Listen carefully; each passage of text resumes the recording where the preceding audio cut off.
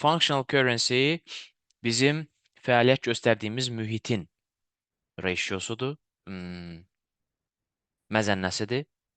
Presentation currency isə təqdim etdiyimiz məzənnədir. Və bu standart bizə deyir ki, dövrün sonunda hesabat günündə də ola bilər, bütün monetar elementlər təkrar qiymətləndirilməlidir. Non-monetar itemlərlə bağlı hər hansısa bir qiymətləndirmə nəzərdə tutulmur. Alış günündə nə olubsa olub. Ondan sonrası çox da maraqlı deyil. Bir senariyə baxaq, görək nə baş verib. Monetar elementi, məsələn, receivable və ya payable. Buradakı nümunə indi gedişat boyunca başa düşəcəm. Görün bu nədir? Assetdir. Asset tərəfimiz assetimiz var. Satış eləmişik. Debit olub receivable. Credit olub sales. Bu satış günündədir. Satış günü. Yazdığım bu double entry transaction date. 600 minlik satışdır. Valutam dolların AZ-nə nisbətidir. Dollarda əməliyyat olub. AZ mənim vizual göstərdiyim, yəni presentation currency-imdir. Bir də deyirəm, daha doğrusu 60 minlik satış olub. Dollarda. In dollar. Bu məbləğ dollardır. Valuta məzənnəsi 1 dollar bərabərdir 1.7 AZN. Transaksiya günündə yazdığım double entry. Presentation currency-imlə, AZN-ləndir bu rəqəmlər. Debit, receivable, credit, sales. Satış olub 1 yanvar 2001 tarixində.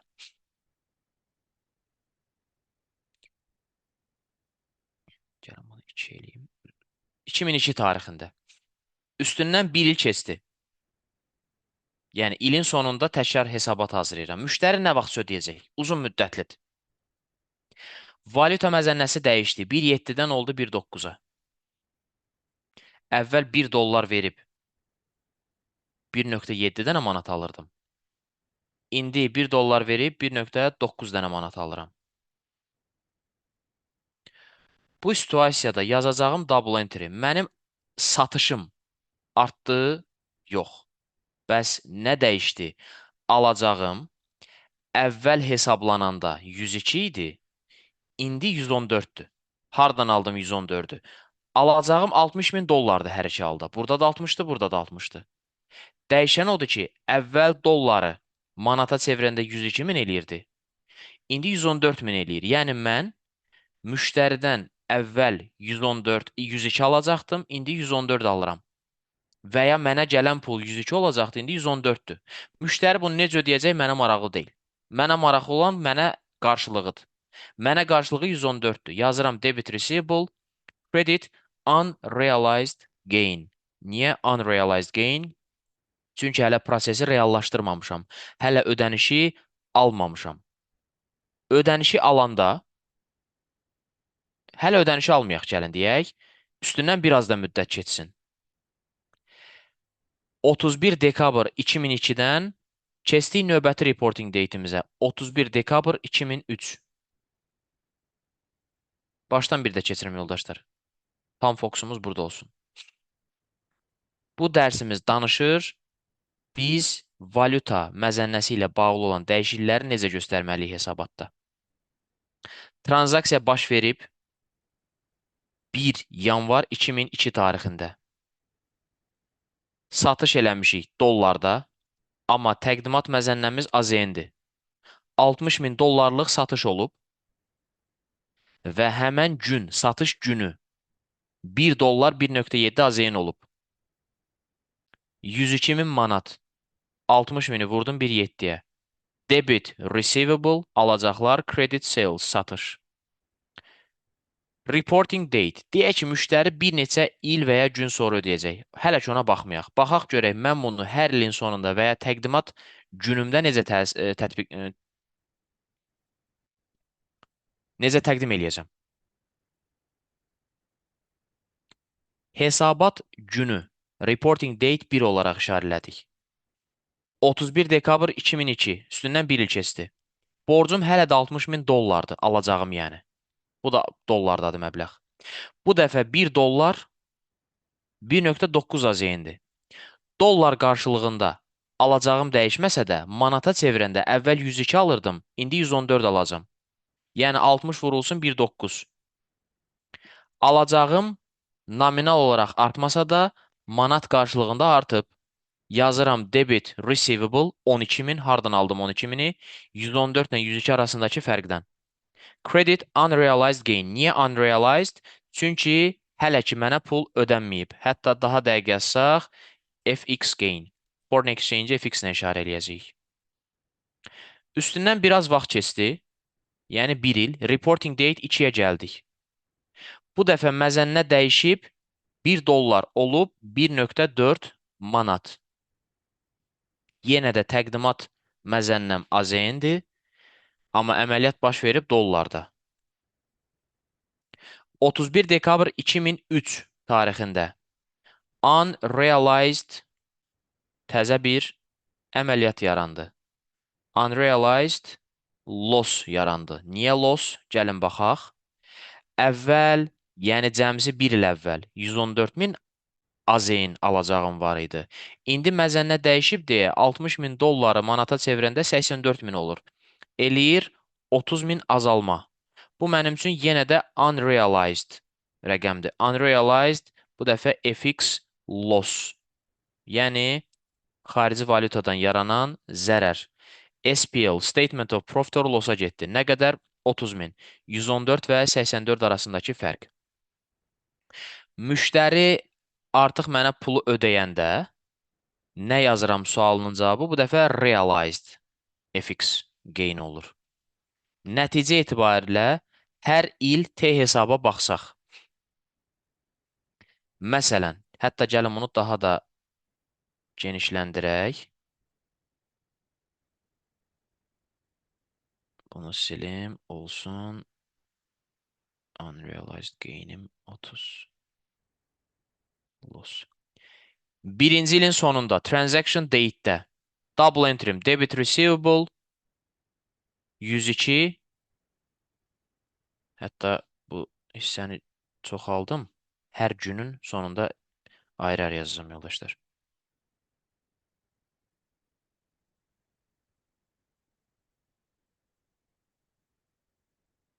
Satış günündə debit receivable 102, credit sales 102. Receivabl'ım yerində 100 min totalda. 102 min daha doğrusu. Reporting date 1-də və satış günündə hər hansısa bir unrealized gainim və ya lossum yoxdur. Keçdim ikinci ilə. Receivabl'ım nə qədər dəyişəcək? Receivabl'ım 102 idi. Opening rəqəmim idi. Hətta buradan götürək rəqəmi. İl ərzində, bax burada debit receivable yazdım, artdı. Dövrün sonunda oldu 114. Reporting date 2-də 114 var idi başlanğıc rəqəm. Credit fikir verin, burada receivable yazmışam. Bir dənə kredit düşdü 30 min. Dövrün sonunda receivablem qaldı. Net olaraq 114 çıx 30. 84 min. Settlement date'də 84 min alacağım var idi. Pulumu tam aldım. Baxın burada create receivable eləmişəm, fikir verin. Alacağım sıfırlandı. Oldu 0. Gəlin unrealized və realized gain məsələlərinə baxaq. Reporting date 1-də nə qədər unrealized gainim var? Unrealized gainim, baxın burada kreditlə 12 min. Dövrün sonunda totalı nə qədərdir? Hesablayaq burada göstərək. 12.000. Nəzərə alsaq ki, mənfəət zərər hesabatı hər il sıfırlanır. Gələn il üçün narahatçılıq çəkməyimə ehtiyac yoxdur. Keçən ilin rəqəmi artıq sıfırlandı. Gələn il reporting date 2-də yekun cavabım baxın burada görürsünüz. Bu 12.000 gələnlə keçmir. Sıfırdan başlayır. Lossum var burada. Nə qədər? 30.000. Eyni ildə olsaydı, hə, biri 30 burada, digər 30 da burada olacaqdı. 12 də burada. Sağ-sol olacaqdı. Amma ayrı-ayrı illərdir. Biri 2002-dir, biri 2003-dür. Eyni il deyil. Eyni il nümunəsində deyərəm. Unrealized rəqəmimiz yenə də total loss oldu 30. Settlement date-də, yəni ödəniş günündə müştəri gətirib mənə pul ödəyir. Nə qədər ödəyəcək? 80, hətta ödəniş günündə valyuta tamam başqadır. 1.4 deyil, 1.72-dir.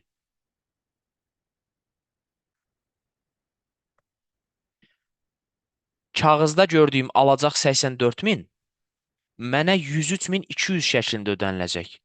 Bu dəfə bu rəqəmin adı unrealized yox, artıq olacaq realized. Realized gain. Niyə realized? Çünki artıq pulu aldım. Nə qədərdir məbləğ? 84 idi. Baxın, mən 84.000 alacağıma qarşılıq 103.000 pul aldım. 84.000 alacağa qarşılıq 103.000 pul aldım. Deməli, 19.000 qabağayam. Mənim üçün gain var. Kreditdədirsə gain, debitdədirsə loss. 19.200-ü bura yazdım. Cash'im 103.000 artdı. Receivablımda 84.000 fikir verin azaldı. Bəs yaxşı, bunlar hamısı eyni ildə baş versəydi, necə görünərdi? Onu göstərirəm. Elə təsəvvür eləyin ki, nə bilim, hamısı bir ayın, 2 ayın içərisində baş verir və biz hər ay hesabat hazırlamışıq. Bir ilin ərzində baş verib, bu əməliyyatlar illərin sonu yox, ayların sonunda baş verib. Onda nə olardı? In case of transaction and payment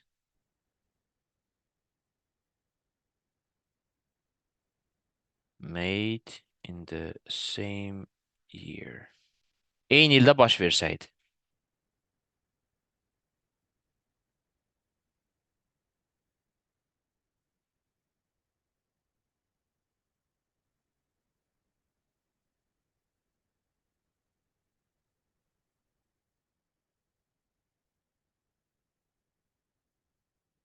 Həm receivable-dan, daha doğrusu həm realized-dan, həm də unrealized-dan danışacağım yoldaşlar.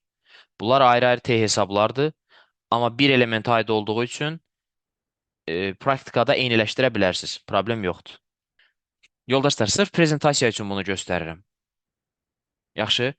Praktikada bunları eyniləşdirə də bilərsiniz. Bir tranzaksiyada deyə bu qədər detallı bölmənizə ehtiyac yoxdur. Proses necə olacaqdır? Hamısını vizual bir T hesabda cəmləsəydik.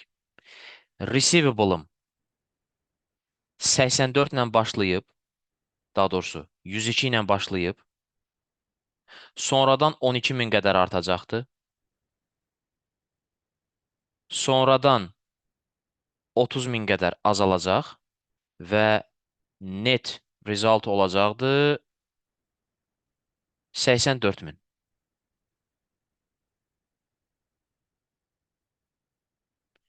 Realized gain'im bircə yerdə var. O da kreditdir. Baxın, burada. Bunun da T hesabı. Belə göstərək.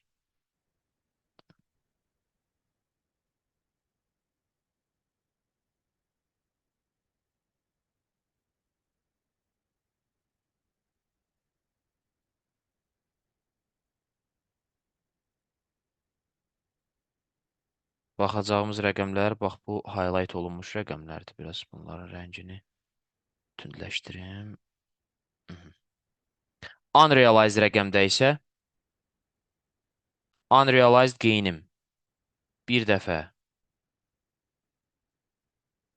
debit, bir dəfə kredit, net olaraq debitdə qalacağı üçün bunu bura 18.000 göstərirəm. Və bunların net effekti P&L-də 19 gain,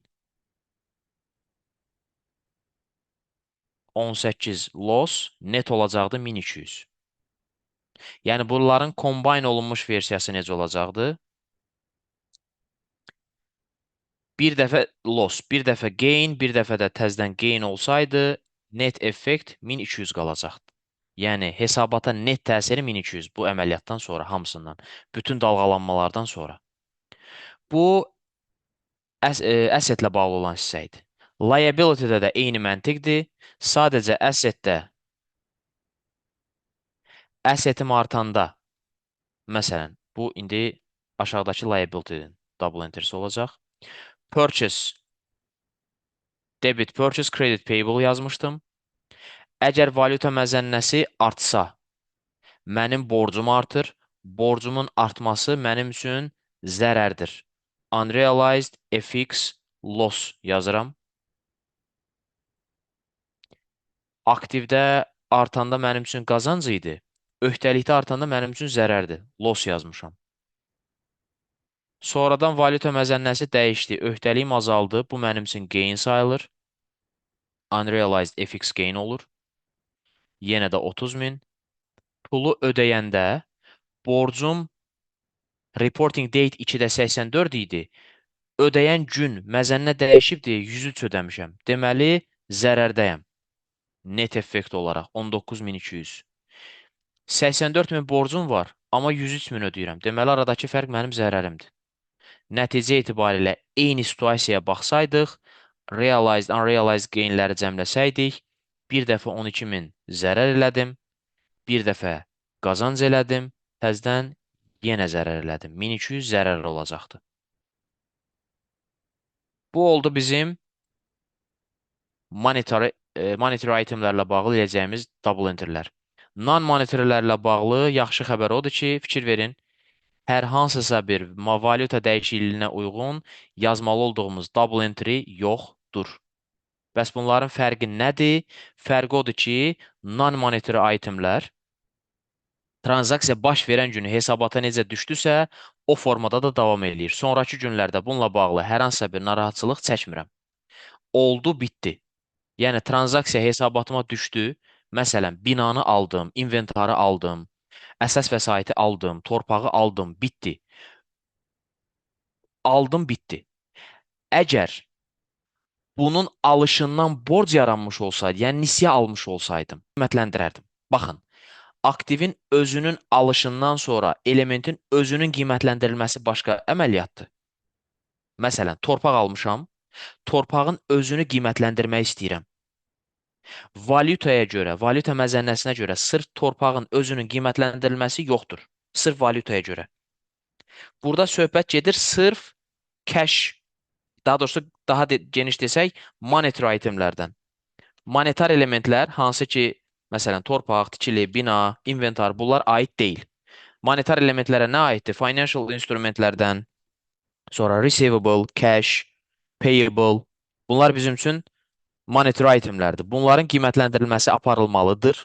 Aparılan zamanda baxmalıyam, transaksiya baş verən an, daha doğrusu hesabatımdakı rəqəmlə FX-lə hesabladığım rəqəm. Arada fərq varsa, FX gain və ya loss olacaq. Vəssalam. Ulduz, tam aydındır hər şey. Əla. Hansısa sualın qaldı mı? Çətinliyin hardaydı? Yoxsa hələ də var çətinliyin? Qısa yol deyim, monetarla qeyri-monetar necə fərqləndirəsən? Sırf gözləməklə, heç nə eləmədən gözləsən, vaxtı çatanda o sənə pul verəcək. Belə bir elementdirsə, bu sənin üçün monetar elementdir. Heç nə eləməməlisən. Sadəcə gözləməyin qalır. Özü avtomatik pul olacaq. Yatıb duracaqsan, pul var ortada. Amma monetar elementlər, qeyri-monetar elementlərdə nəsə eləməlisən. Tək gözləmək, fəaliyyətsiz dayanmaq kifayət eləmir. Məsələn, bina. Mən onu sadəcə istifadə, daha doğrusu sadəcə gözləsəm, binanın qapılarını bağladım, getdim. Gəlib gözləyəcəm ki, orada pul var, yox. Amma receivable-da bu belədir. Gözləsəm, vaxtı çatanda müştəri gətirib mənə pul ödəyəcək. Mən heç nə eləməyəcəm. Payable. Gözləsəm, vaxtı çatanda məndən pul gedəcək. Əlavə nəsə eləməyimə ehtiyac yoxdur ki, məndən pul getsin. İndi sual yarana bilər. Binanı icarəyə vermişəm. Vaxtı çatanda gətirib mənə pul ödəyəcək. Bunu da saya bilərəmmi? Yox. Orada icarəyə vermək bir addımdır. Orada mən yenə də alacağa fokuslanmışam. İcarəyə verilmişəmsə, alacağımın sayğacı orada işləyir. Binanın özü ilə bağlı monetarlıq dəyişmir. Bina hələdən non-monetardır. Mən baxıram qeyri-monetarlara. Bina qeyri-monetardır. Alacağım monetardır. İnventar qeyri-monetardır. Niyə? Çünki mən gözləsəm, məsələn də inventarım var, kitab satıram. Sadəcə dayansam, kitab öz-özlüyündən pula çevriləcəkmi? Yox, gərək mən onu satım pula çevirim. Bax, məntiq budur. Torpağın hissə almışıqsa iki dənə şey yaranır. Bir, torpağın özü monetar element, qeyri-monetar element. Ondan yaranan borc monetar element. Yəni torpağın hissə almaq iki dənə element yaradır. Hı hı. Torpağın özü ilə bağlı heç bir adjustment etmirəm. Neçə almışam o qiymətə də düşür. Torpaqla sağollaşdım. Payable hissəyə gələndə isə monetar element olaraq pulu ödəmədiyim müddətcə hər il təzədən qiymətləndirilmə edilməlidir. Yəni torpağa görə yaranmış borcum monetar elementdir. FX dəyişikliyinə görə double entry tələb edir. Torpağın özü isə tələb etmir. Yəni torpağı 60 minə almışam. Debit torpaq, credit payable yazdım. Torpağı göndərdim hesabata. Onunla işim yoxdur dayı. Torpaqla bağlı heç bir dəyişiklik etməyəcəm. Edəcəyim dəyişiklik sırf payable ilə bağlıdır. Məzənnə dəyişsə torpağın bundan xəbəri olmayacaq. Xəbəri olan payable olacaq.